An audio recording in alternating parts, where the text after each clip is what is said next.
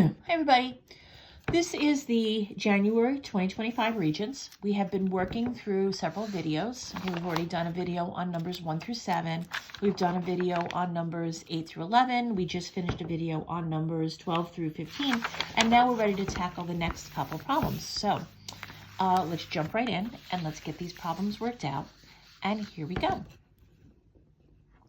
Okay, so this is question number 16 from the chapter on statistics, okay? It's asking about these dot plots, okay? And it says, the dot plots below represent test scores for 20 students on a math test, okay? And we have choice 1, choice 2, choice 3, choice 4. The question says the mode for this math test is 80, okay? So the mode is 80 and the median is 85. So we want to figure out which of the 4 examples has a mode of 80 and a median of 85. So 2 good vocabulary words, let's define them over here. Okay, your mode is the data that repeats the most. Okay, which one happens most frequently? Okay, which means it's going to have the taller dot plot. Okay, the median is the score that appears in the middle, okay? Not as easy to find as the mode, but not too difficult at all. So here we go. Okay, so this 80, because it has more dots than any of the other columns, happens to be my mode, okay? And since it said the mode has to be 80, this is a good contender. That's a good place. Okay, number 2, this is your mode because it has the most dots in there, right? 1, 2, 3, 4, 5, 6.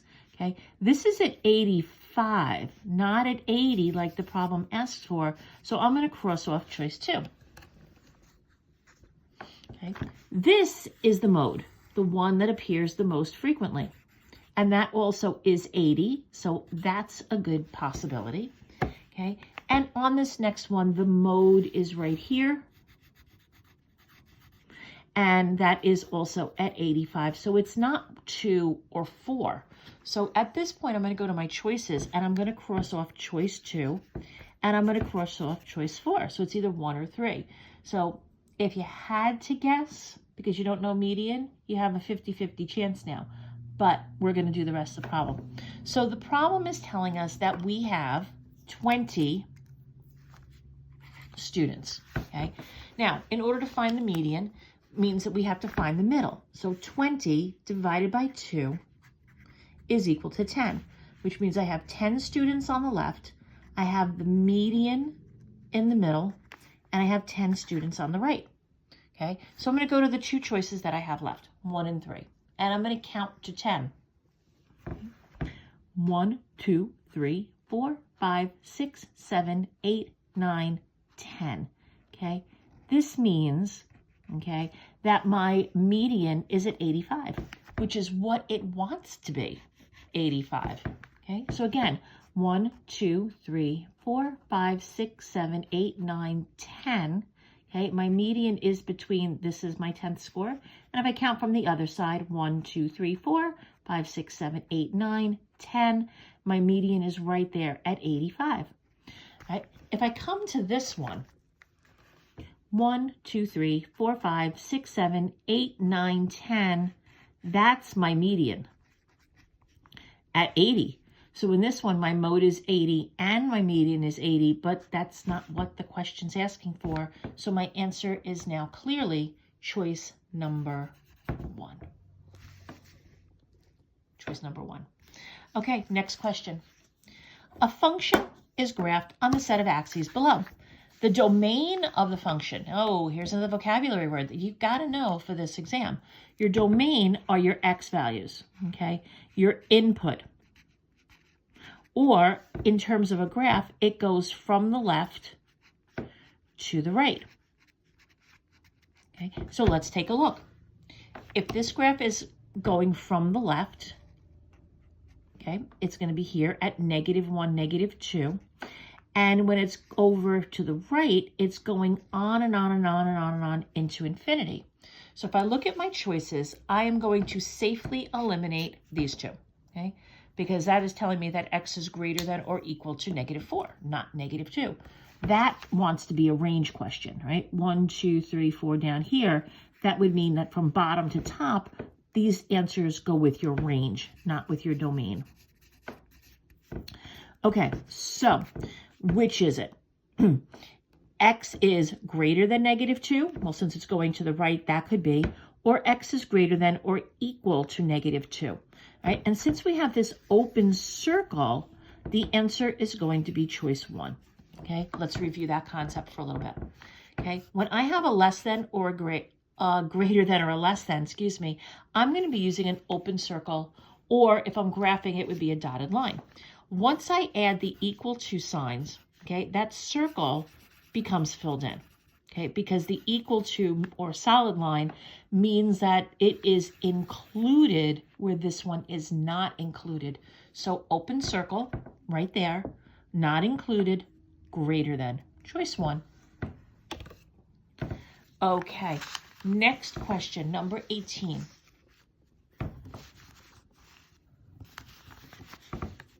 Okay, number 18.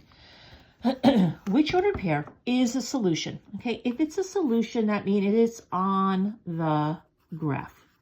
Okay, solution has a different definition depending on what kind of problem we're talking about. But for this one, since they gave us a y equals, whatever points are on this graph, okay, this is your solution. Now, that would make it a really easy question, except for one thing. All of these answers have decimal places, decimal answers in the X, except for choice 4. However, I'm still going to go to the calculator, and I'm still going to show you how to do this problem in your calculator. Okay, so there's my calculator. Okay, I'm going to y equals. I'm going to clear out my last problem, and I'm going to type this equation in exactly as I see it. Okay, problem is that there's a -1 over here with the y, so it doesn't say y equals.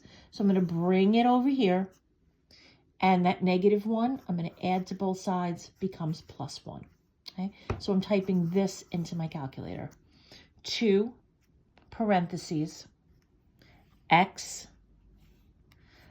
plus 1/4. Now, 1/4 is 1 divided by 4, or you could use 0.25 if you know that that's equivalent. Close the parentheses and add 1. Okay, let's see what that looks like. Definitely a linear function. Okay, so I'm going to go to my table, and the first thing I'm going to do is check to see if this 4 is on my graph. Okay, so I have 4 and 9.5. Oh, wow, pretty close, right? But this one's -9.5, so it's definitely not that one. Okay, now I'm going to show you how to manipulate your calculator so that you can get these answers and get the right answer all the time. So I'm going to go to my table set, which is right here. And since it's blue, we're going to do second and table set. Now it says here table start equals. I'm going to change my table start to 0.75. 0.75. When I go to my table, okay, 0.75 corresponds to 3. This one says it should be 0, so it's not that answer. Okay, let's try another choice. Second table set, I'm going to go to 1.25. Okay.